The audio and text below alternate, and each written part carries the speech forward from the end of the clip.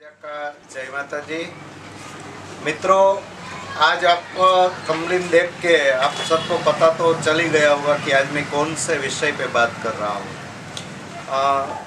जब भी मैं आपके सामने आता हूँ तब कोई ना कोई विषय लेके आता हूँ, लेकिन आज मैं एक ऐसी बात आपको बताने जा रहा हूँ जो आपको पता चल ही गई होगी।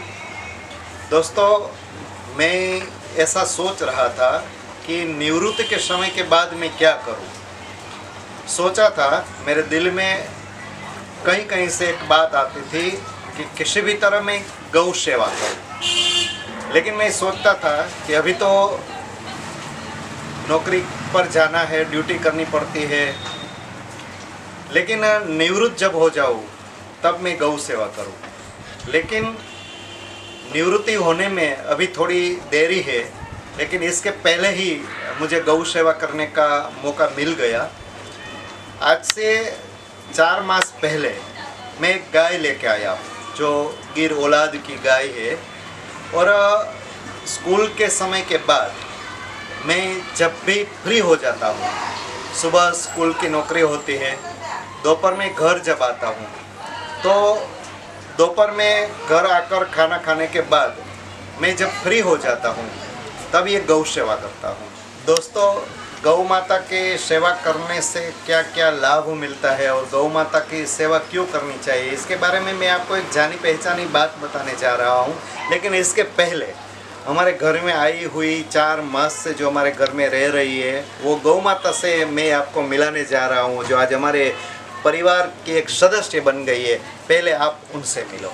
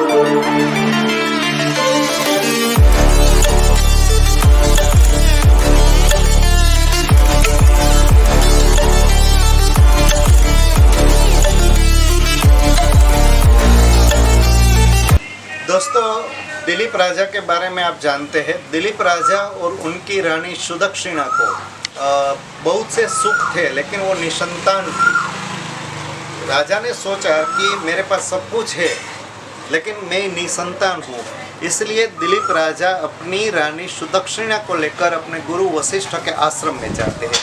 कहानी थोड़ी लंबी है लेकिन मैं आपको संक्षेप में बताता हूँ। और गुरु वशिष्ठ के आश्रम में जब दिलीप राजा और सुदक्षिणा दोनों गए, तब दिलीप राजा ने सिर्फ इतना कहा कि आप एक काम करो, मेरे यहाँ नंदिनी नामक एक गाय है, आप उस गाय की सेवा करो। और दिलीप राजा ने सुदक्षिणा के साथ उस गाय की सेवा करना शुरू की। गाय की सेवा करते जाते थे और गाय जो दूध देती थी वो दूध का सेवन दिलीप राजा और उसकी रानी सुदक्षिणा दोनों करते थे। और गाय की सभी तरह से सेवा करनी चाहिए, वो पद्म पुराण में भी लिखा है। पद्म पुराण में भी लिखा है कि गाय की अपने प्राणों से अधिक, अपने शरीर से भी अधिक सेवा करनी चाहिए। और दिलीप राजा वैसे ही नंदिनी नामक गाय की सेवा करते थे। सेवा करते करते उसमें एक सिंह भी आता है। गाय को जब चराने ले जाते हैं तब एक घटना घटती है। अगर वे सारी बातें मैं आपको बताऊं तो कहानी थोड़ी लंबी हो जाएगी, लेकिन मैं यहाँ सिर्फ आपको इतना बताऊं कि दिलीप राजा ने सुदक्षिणा के साथ नंदिनी गाय की इतनी सेवा की और उस गाय का दूध सेवन करने के बाद दिलीप राजा और सुदक्षिणा के घर समय जाने पर रघु नामक एक पुत्र का जन्म हुआ। जो आप सबको मालूम है कि वो ऐसे पराक्रमी राजा बने, ऐसे वीर राजा बने कि उसके नाम पर ये वंश आगे चला। और उसी रघु वंश में प्रभु श्री राम का भी जन्म हुआ था। और कालिदास ने इस राजा के नाम पर ही एक काव्य लिखा है, रघुवंशम।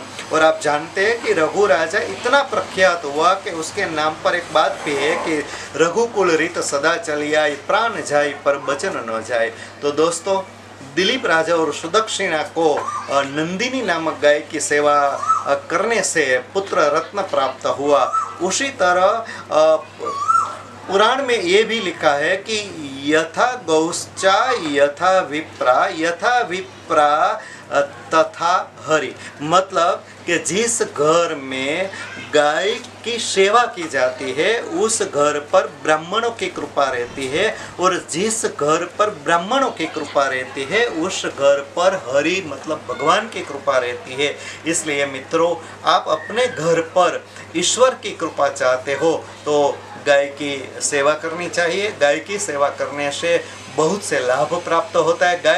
गाय की सेवा तो होती है, अपनों को अपने पर लाभ भी मिलता है। इसलिए गाय की सेवा करने से हमें इतना ज़्यादा दूध तो मिलता ही है, लेकिन प्रभु की कृपा भी हम पर होती है। इसलिए दोस्तों, आप भी अपने घर हो। अभी तो छोटा परिचय ही दिया है, लेकिन इस गाय का नाम, इस गाय का जो बछड़ा है उसका नाम, और गाय सुबह शाम कितना दूध देती है। 4 मास पहले ये गाय हमारे घर आई है, लेकिन ये गाय पहले कहाँ थी, किस तरह मेरे घर आई, कैसे मेरे घर आई, इसके बारे में मैं अगले वीडियो में पूरी जानकारी आपको दूंगा।